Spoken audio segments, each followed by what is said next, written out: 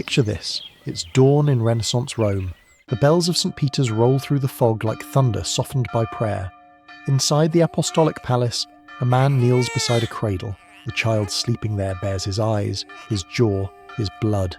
To the world he is the Holy Father, guardian of every soul. Within these marble walls he is simply a man who has broken every vow he swore to keep. The Pope whispers a blessing, tracing the sign of the cross over the brow of his own son, then snuffs out the candle before the guards can see.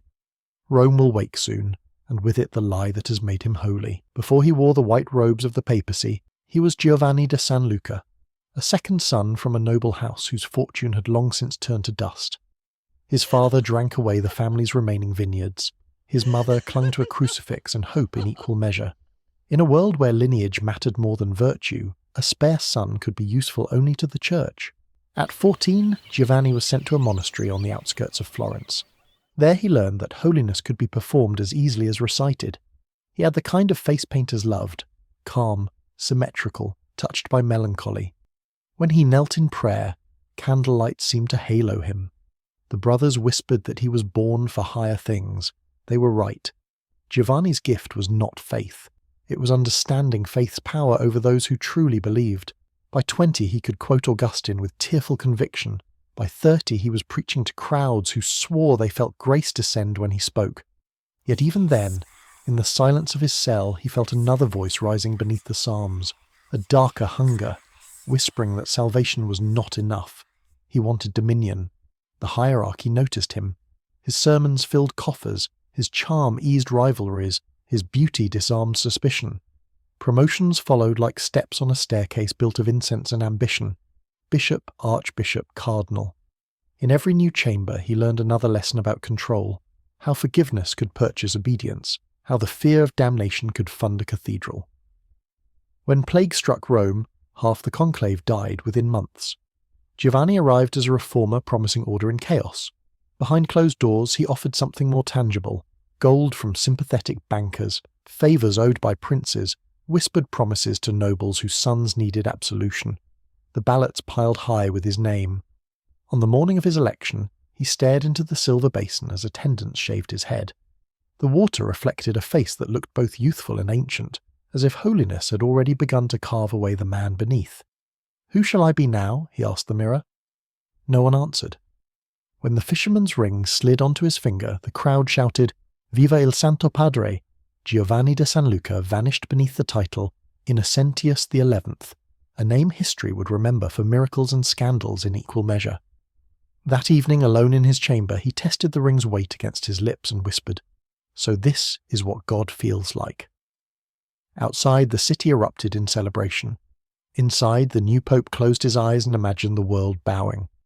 The first months of his reign were a blur of incense, applause, and endless parchment. Cardinals pledged loyalty with trembling hands. Ambassadors called him Father of Nations. Yet beneath the grandeur, Giovanni saw only machinery.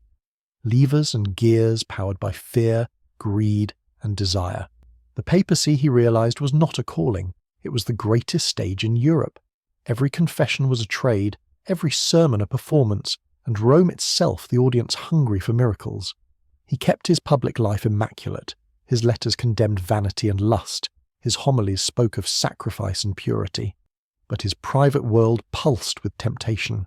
Courtiers praised his voice, artists begged to paint him, and noblewomen lingered too long when they kissed his ring. He told himself that their admiration was for the office, not the man, yet he began to crave it all the same. One spring evening, during a choir rehearsal in the Sistine Chapel, he heard a voice that silenced even the cherubs above. The singer was Isabella Conti, daughter of a Florentine merchant whose fortune bought her access to holy walls. Her song was meant for God, but every note seemed to find him instead. When she sang Ave Maria, Giovanni felt something tear within him, a reminder that beneath the papal robe still beat a human heart. For days he tried to dismiss her from his thoughts. He redoubled his prayers, scourged his conscience, even ordered his servants to schedule longer confessions. But each night her voice returned, echoing against the marble of his skull. He began attending rehearsals under the guise of devotion, sitting in shadowed pews as she sang. Isabella's presence filled the air with something dangerous, an unholy perfume of faith and longing. Soon his letters to cardinals went unanswered, his sermons grew shorter, and the palace staff learned to speak softly when she passed.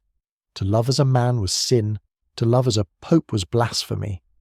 Yet the holiest man in Christendom found himself praying not for forgiveness, but for another song. It began with a confession. Late one evening, Giovanni lingered behind the lattice of the papal chapel, listening as the young woman's voice trembled through the screen.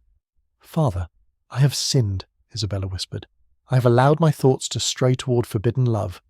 He should have absolved her swiftly, offered prayer and dismissal. Instead, he asked, "For whom do you feel this love, my child?" "For a man I cannot name," she replied, her breath quickening, "because to speak his name would damn me." Her words landed like an arrow. In the dim light, Giovanni's fingers tightened around the edge of the confessional. He knew then that she spoke of him. And for the first time in his life, the Pope felt powerless. Days passed in feverish silence. He tried to avoid her, but the chapel's music became a haunting refrain that drew him back again and again. Their eyes met across the choir one morning as sunlight spilled through the stained glass.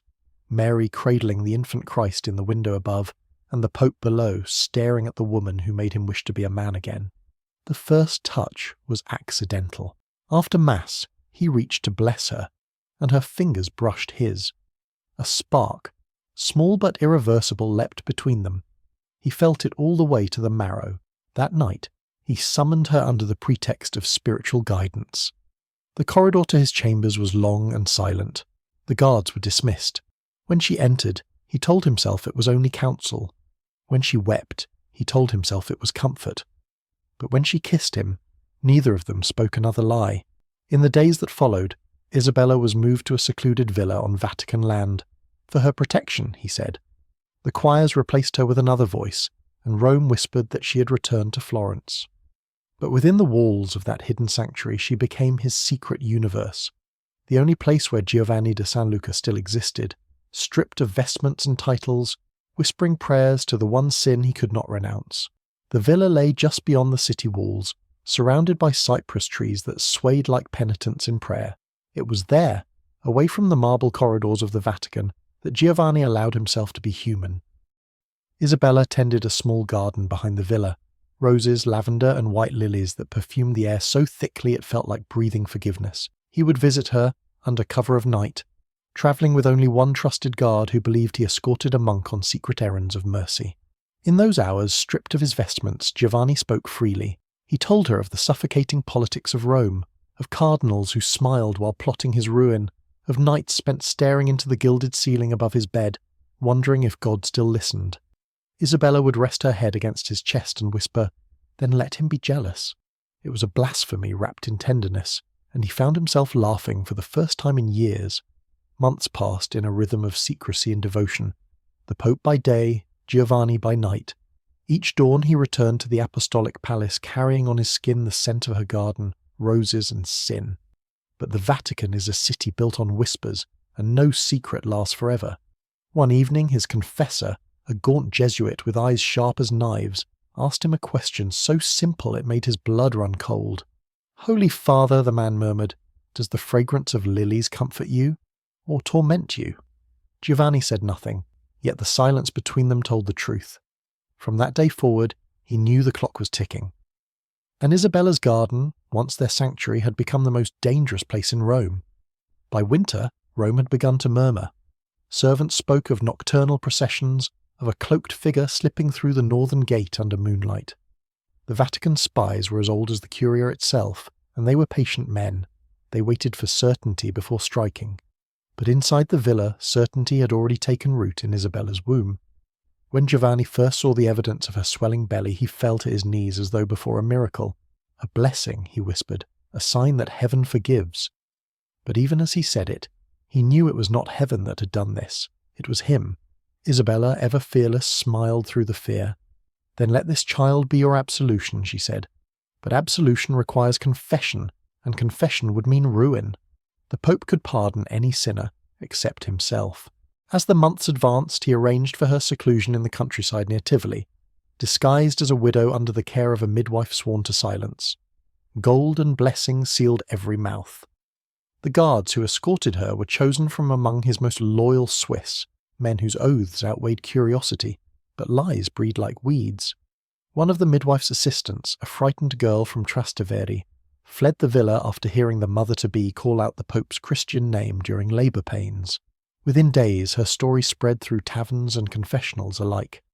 "The Holy Father has a holy child," she whispered, and by morning the tale had reached even the marble corridors of the Apostolic Palace. When Giovanni received word that Isabella had delivered a son, joy and terror struck him in equal measure. The world would never know the child's name. Yet for one fleeting heartbeat, he allowed himself to imagine it, the tiny fingers, the laughter, the impossible idea that a pope could be a father in truth. Outside his chamber, the bells of Rome rang for Easter. Inside, he wept as the city celebrated resurrection, unaware that he had just buried his soul. The boy was named Matteo, though no record of that name would ever appear in the Vatican's archives. He had his mother's eyes and his father's solemn gaze, the look of someone already haunted by destiny. Giovanni visited the villa in secret weeks after the birth, arriving at dusk disguised as a pilgrim.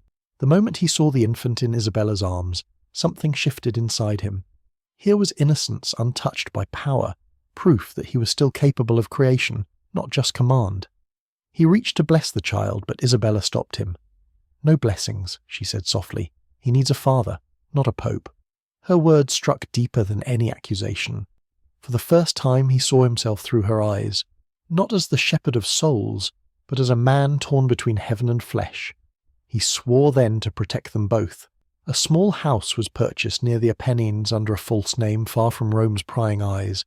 Gold from the papal treasury, carefully disguised as charity funds, was sent each month to sustain them.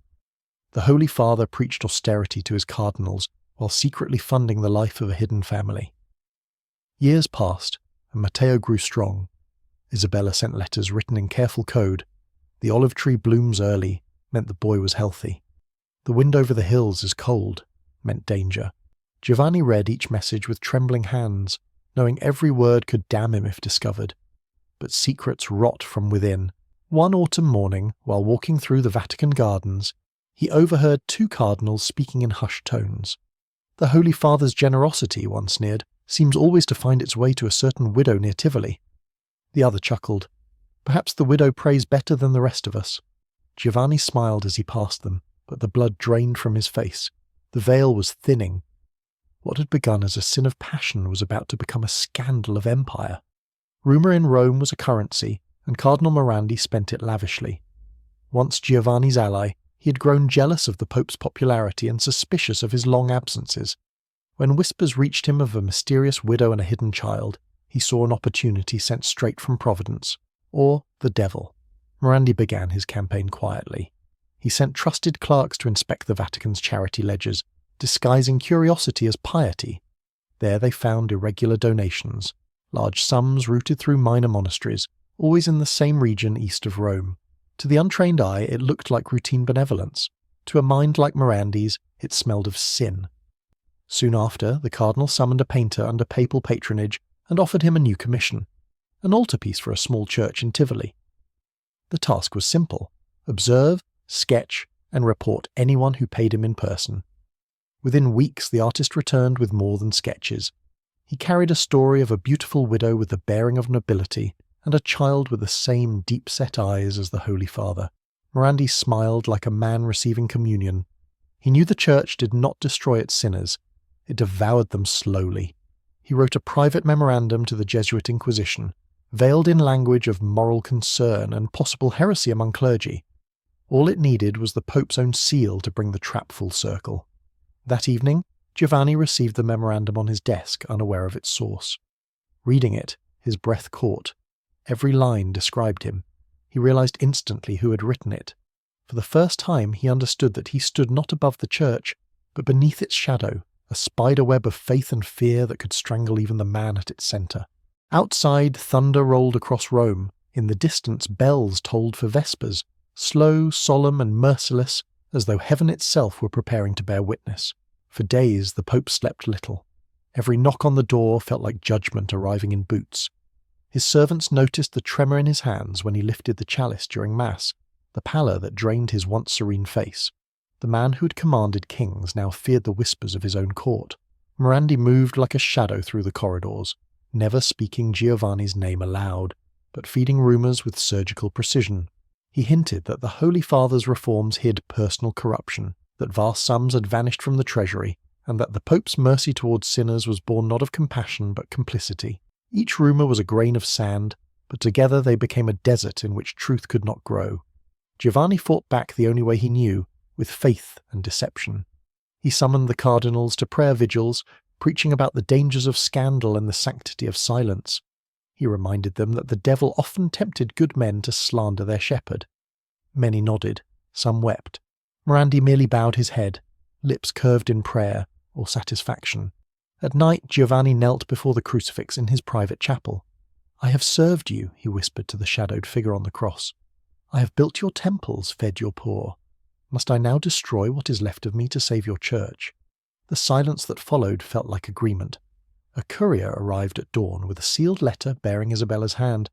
The words were simple but heavy. "They are watching. We must flee." He knew what that meant. Morandi's spies had found her refuge. The Pope of Rome, Christ's vicar on earth, was now faced with a choice no scripture could absolve: protect the church or protect the family that made him human. He pressed the letter to his lips, the ink still smelling faintly of lavender and fear. Outside, lightning split the sky above St. Peter's dome, like a divine warning, or perhaps, at last, permission. Giovanni disguised himself once more, this time not as a pilgrim but as a condemned man. A coarse cloak hid his robes. Soot darkened his silver hair. He slipped through the Vatican gardens past guards who saw only another penitent seeking the road. By the time dawn lit the Tiber, the Holy Father had vanished from Rome. In the hills of Tivoli, Isabella waited with their son. When she saw him ride through the mist, her eyes filled with both relief and terror. "You came," she breathed. "They said you would not risk it." "For once," he replied. "I must choose my soul over my throne." They fled that night, moving through forests and villages where no one would think to look for the Pope. Yet every chapel bell that rang behind them felt like pursuit. By the third day, Morandi's soldiers reached Tivoli and found the villa empty. But they did not leave it that way. The Cardinal ordered it burned to the ground, calling it a den of heresy.